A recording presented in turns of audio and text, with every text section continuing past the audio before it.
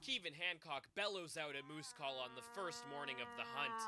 The family will spend up to 7 12-hour days in the bush trying to find and kill a bull moose. When you see a moose or a deer or any animal that you are hunting coming towards you from 200 yards away, your heart will start going faster and faster. All of a sudden you start shaking and your adrenaline's running, everything's going. It's what you're here for.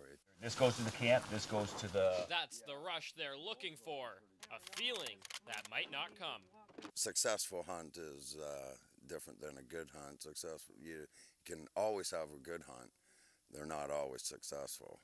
Always good, because it's always with family. You're talking about things you never really talk about back at home.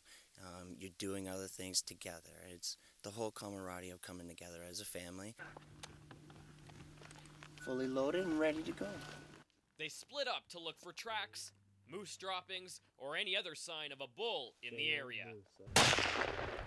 Angela spots a partridge and kills the bird. She turns it inside out to get the meat. Breast, 2 wings.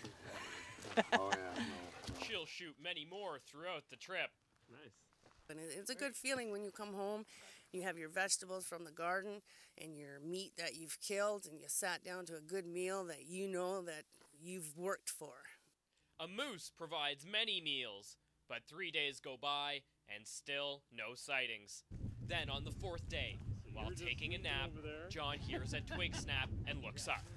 He ended up being 10 to 15 yards away from me when I heard a crunch, and I turned my head, and there he was standing right there. It all happened very quickly.